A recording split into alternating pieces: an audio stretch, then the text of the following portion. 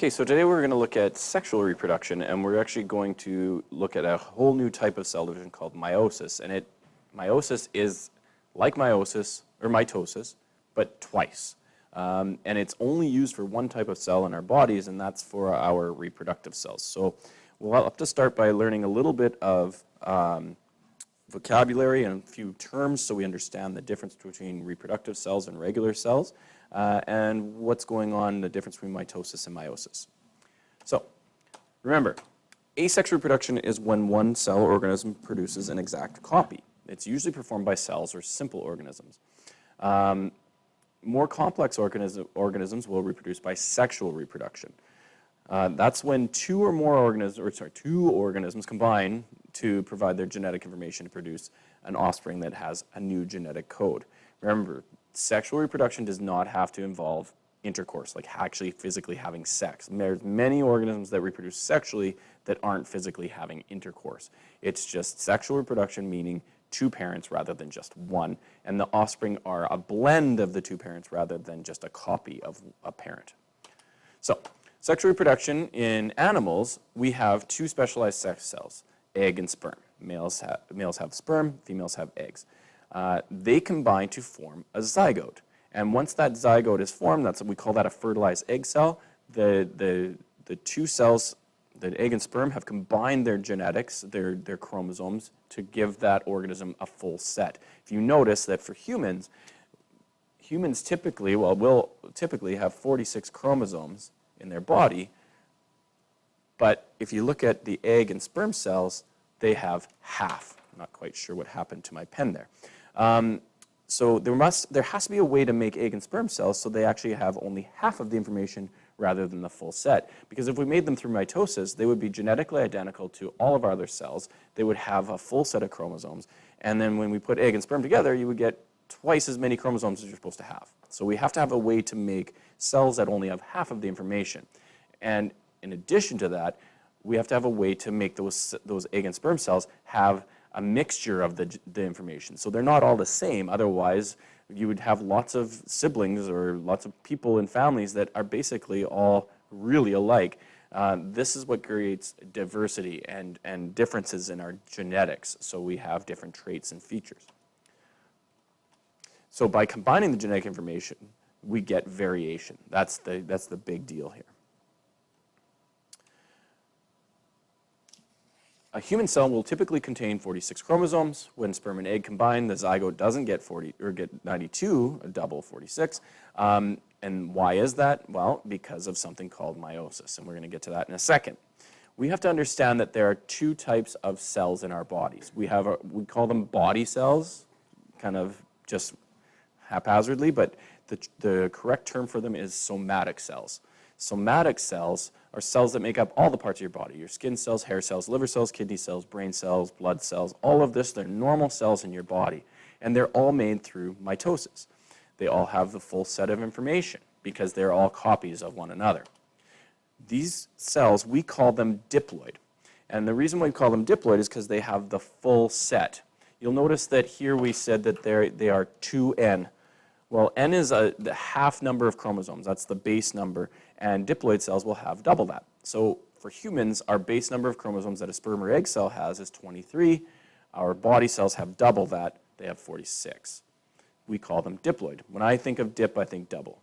D for double.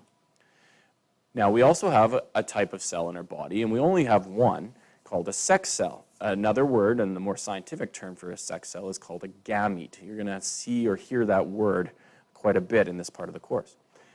These are either egg or sperm cells, and they're specialized cells that have only 23 chromosomes. So they're formed when you take a somatic cell, a regular body cell, and go through meiosis to give it half of the genetic information. We call these guys haploid. Haploid meaning half. They have half of the full set of chromosomes. So you'll notice that we use the letter N. So N is that base amount, and diploid, or body cells, will have double that, and haploids will have half of that. Now, when an egg and sperm combine, you get 23 chromosomes from your mom and 23 chromosomes from your dad. So each of these chromosome pairs, these are called homologous pairs. And they're called homologous pairs because each chromosome pair codes for the same traits. So chromosome pair 1 might code for your eye color, your hair color, and your skin color.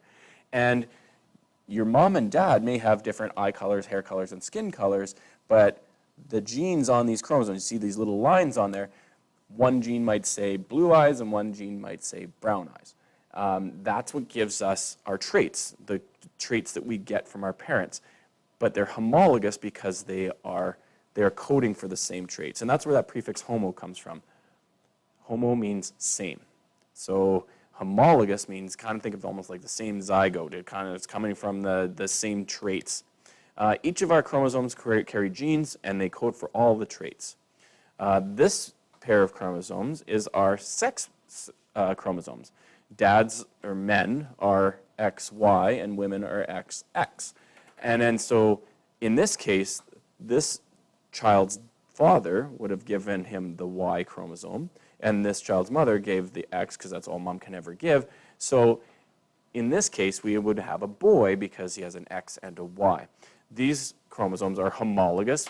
One says boy, one says girl, but they're both coding for the sex of the offspring. Okay, so that's what a homologous pair means. Now, in order to make those sex cells, we have to use a special type of cell division called meiosis. And you can think of it as mitosis times 2. It's the same idea. There's a little bit more that happens in here. It's quite a bit more complicated. We're going to try to break it down and keep it as simple as possible. But there's a lot of ways that the genetic information that you have gets shuffled up. Think of shuffling a deck of cards. We're shuffling, instead of just one deck, we're shuffling thousands of decks because we have thousands of different genes. So in interphase, same thing as always happens. We duplicate genetic information, we double strand the chromosomes, and the chromosomes still look like spaghetti. They're all kind of strand. But then we get into prophase, and it's the same idea. The chromosomes shorten, they thicken, they go from spaghetti to alpha-getty just like we did in mitosis, and we still have our 46 double-stranded chromosomes. That's called prophase 1. When we get into metaphase 1, and this is where, metaphase, again, the chromosomes line up in the middle. This is where there's some different things happening, though. Like if I back up to this one, you'll see that sometimes the chromosomes are actually crossing over. So these pairs of chromosomes can exchange genes back and forth. So the genes are getting shuffled up between the two chromosomes. And then, not only that, they can assort, or they can set themselves up independently. They can, if we assume that the darker chromosome came from dad and the lighter chromosome came from mom, notice that mom's chromosome is on top here and dad is on the bottom here, but it flips for these chromosomes. So when we separate them, we have some of mom's going one way and some of dad's going that way and some of mom's going the other way and some of dad's going the other way. So you're getting a shuffling of the deck again. So not only do they have switched some of the genes that they have, but they've also lined themselves up just randomly so that we can shuffle up all those chromosomes again. So in this case, though, in mitosis, when we lined up the chromosomes, we ripped the two strands in half. So like each strand was a full set of information but went either way. This time we're separating the pairs of chromosomes. So you're actually separating the two X's, or the spaghetti, or the alpha-getty, if you will. So if you notice, one full double-stranded chromosome went this way and one full double-stranded chromosome went that way. So this is where we actually reduce the chromosome number from 46 to 23. So you'll notice that now we are haploid, or N. Telophase is just the same. Once they arrive at the poles, now the cell splits in two. So now what we've done is we've reduced the amount of chromosomes to half because now the pairs are split up.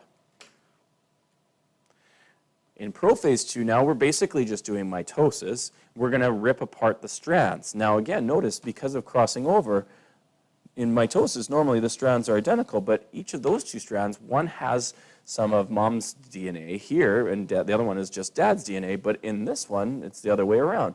So we've shuffled up those genes in that DNA. So the chromosomes short and thicken, they're in the cell still, we're still haploid, and then they line up, and in this case, we rip apart the strands. We rip apart each of the halves of the chromosome. So now you're getting single strands, but they're still this is still a chromosome, it's just a single-stranded chromosome. And then in telophase, Now we actually separate those 2 cells and we end up with 4 cells. So there's a couple really neat things about meiosis.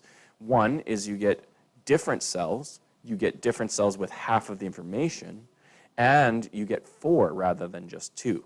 We actually make 4 times the number of cells rather than just double. So here's basically how it works, and you can watch the crash course video on meiosis. I've also posted some videos in the Brightspace class as well.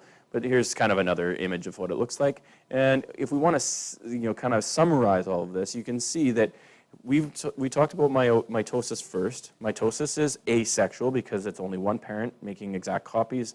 It makes body cells. So every cell in your body except one is made through mitosis. We only make 2 cells through mitosis. There's only 1 division in mitosis, and the daughter cells are identical. And you have a full set or diploid number of chromosomes. But with meiosis, we only use this for sexual reproduction, and they're making sex cells. We call them gametes. There are 4 cells that are being made because we divide 2 times. So we take a cell, divide it into 2, and we take those 2 cells and divide them into 4.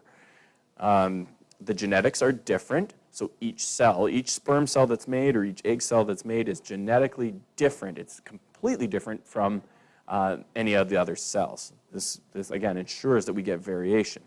And then the number of chromosomes that the daughter cells have is haploid. They have half the number of chromosomes. So that's kind of summarizing it all up. And you can kind of see how this goes. So mitosis, it starts and ends the same.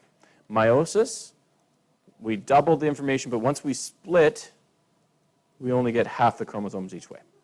And then we split again, we get single strands each way. So we end up with 4 cells with half of the information.